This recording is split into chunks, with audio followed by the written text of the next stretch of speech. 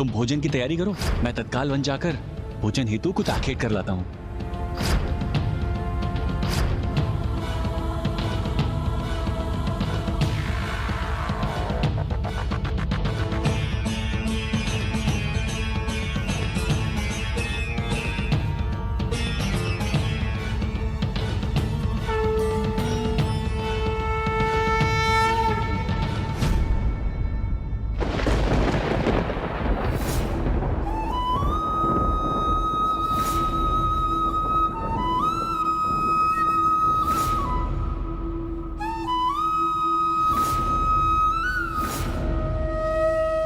प्रभु आप निश्चिंत रहिए, मेरी पत्नी ने इस भोजन का स्वाद लिया है। ये उचित प्रकार से बनाया गया है, स्वादिष्ट है।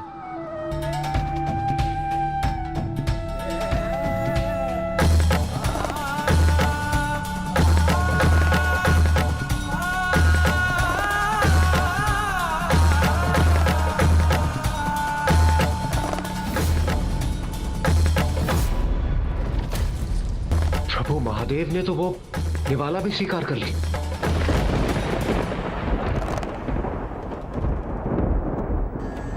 कोई भक्त निश्चल भक्ति भाव और सरल प्रेम से अपने प्रभु को जो भी परोसेंगे, प्रभु कभी उसे अस्वीकार नहीं कर सकते। ऐसे निर्मल प्रेम से प्रभु को परोसे जाने वाला धान का एक दाना भी पर्याप्त है, और बिना प्रेम और निष्ठा से परोसे जाने वाले नाना प्रकार के व्यंजन भी उन्हें संतुष्ट नहीं करते। ऐसे हैं मेरे स्वामी, मेरे भोलेनाथ, जिनके समक्ष यदि मैं अत्यंत स्वादिष्ट पकवान भी प्रस्तुत कर दूं, तो भी वो फलाहार करने में ही रुचि रखते हैं। किंतु आज उन्होंने अपने भक्तों का मन रखने के लिए तामसिक भोजन भी सहर्ष स्वीकार कर लिया है।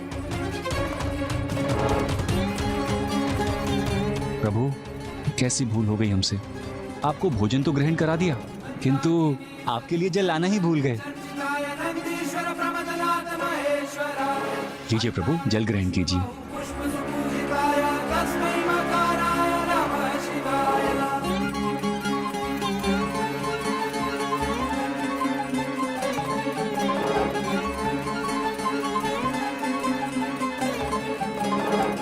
ये क्या, आपने इन्हें जल क्यों दे दिया?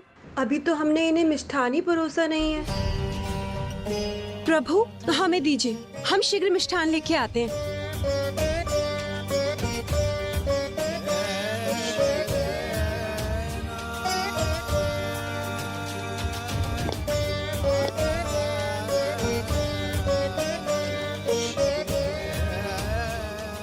इतने विशेष अतिथि का इतने से गुड़ से क्या होगा? मैं इसमें कुछ और मात्रा जोड़ देती हूँ।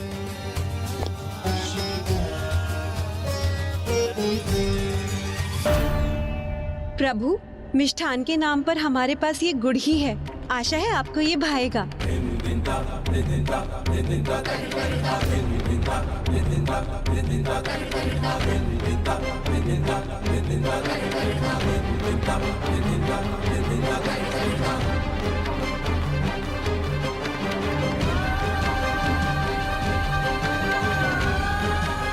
लीजिए प्रभु, ग्रहण कीजिए।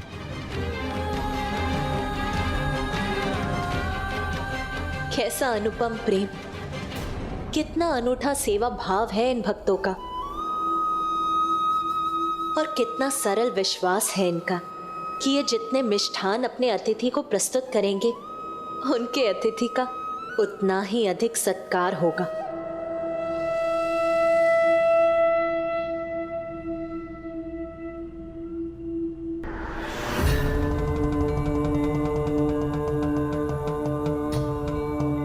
हमें क्षमा करें अतिथि देव, हमने आपके समक्ष भोजन और मिष्ठान तो प्रस्तुत कर दिए, किंतु आपके चरण नहीं धोए, जो हमें सर्वप्रथम करना चाहिए था।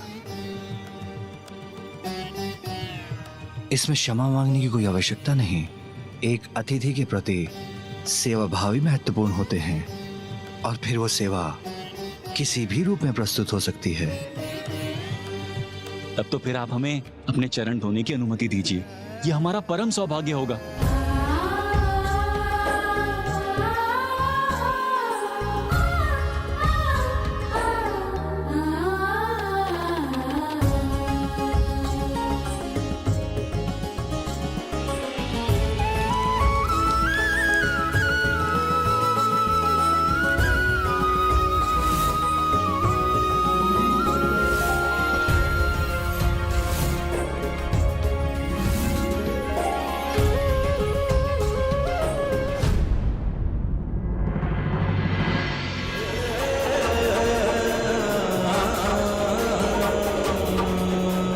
ये क्या किया आपने?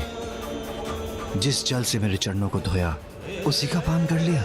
प्रभु, हमने तो सिद्ध पुरुषों से यही सुना है कि अतिथि स्वयं भगवान के रूप होते हैं और उनके चरणों का जल चरणामृत।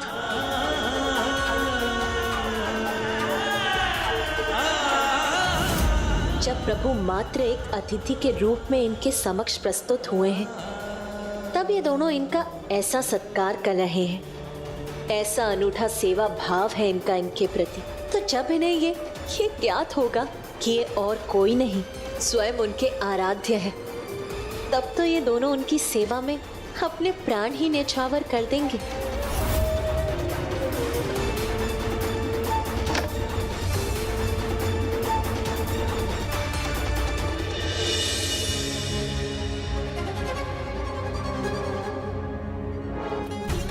प्रभु आइए, अब आप विश्राम कर लीजिए और मैं आपके चरण दबा देता हूँ। और मैं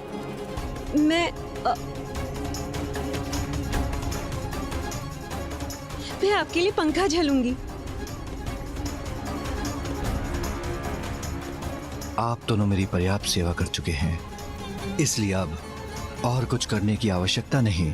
नहीं प्रभु, आपकी सेवा करने के इस अवसर से हमें वंचित मत कीजिए। हाँ प्रभु।